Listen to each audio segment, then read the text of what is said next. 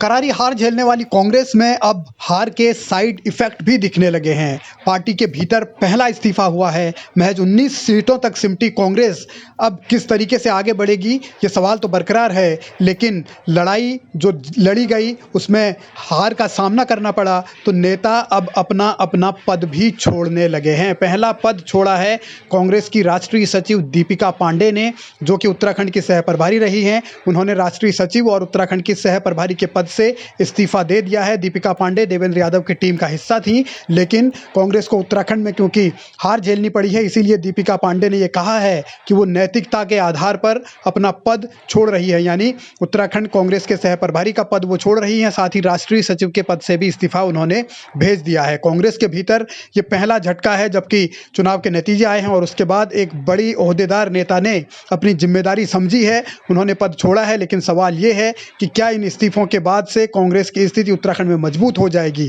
क्योंकि इस्तीफों की अभी शुरुआत हुई है। आगे आगे देखिए होता है क्या वाली कहानी है। और इस बीच गणेश गोदियाल ने भी, जो कि उत्तराखंड में कांग्रेस के अध्यक्ष हैं, वो भी कह रहे हैं कि वो भी पद छोड़ने के लिए तैयार हैं अगर पार्टी उनसे कहती है तो। यानी गोदियाल भी नैतिक जिम्मेदारी की बात जरूर कर रहे हैं।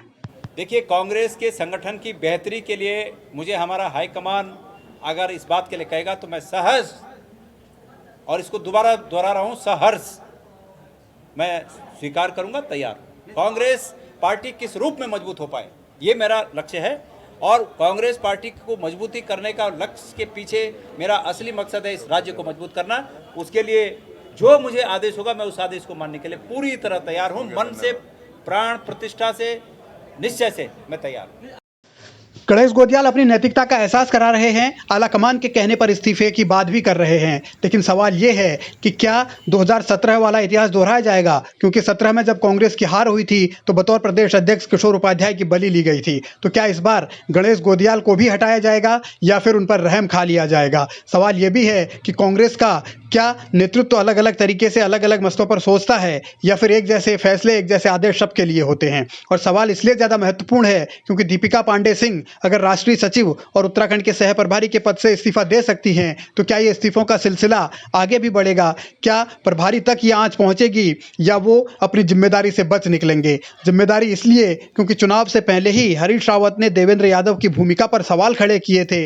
देवेंद्र यादव को कांग्रेस के नेताओं ने बीजेपी का एजेंट तक कहा था, और चुनाव के नतीजों के बाद भी देवेंद्र यादव पर गंभीर आरोप लगे हैं। उन पर उत्तराखंड को लूटने के आरोप लगे हैं। ये भी आरोप लगे हैं कि वो सिर्फ एक गुट को ही ज़्यादा बढ़ावा देते रहे, जिससे कांग्रेस की खाई और बढ़ गई और कांग्रेस को हार का सामना भी करना पड़ा। अब इन नतीजों के बाद अगर एक इस्तीफा सह प्रभारी का हुआ है, तो क्या प्रभारी भी अपनी नैतिकता समझेंगे या फिर वो अपनी जिम्मेदारी अलग तरीके से निभाने की कोशिश करते रहेंगे?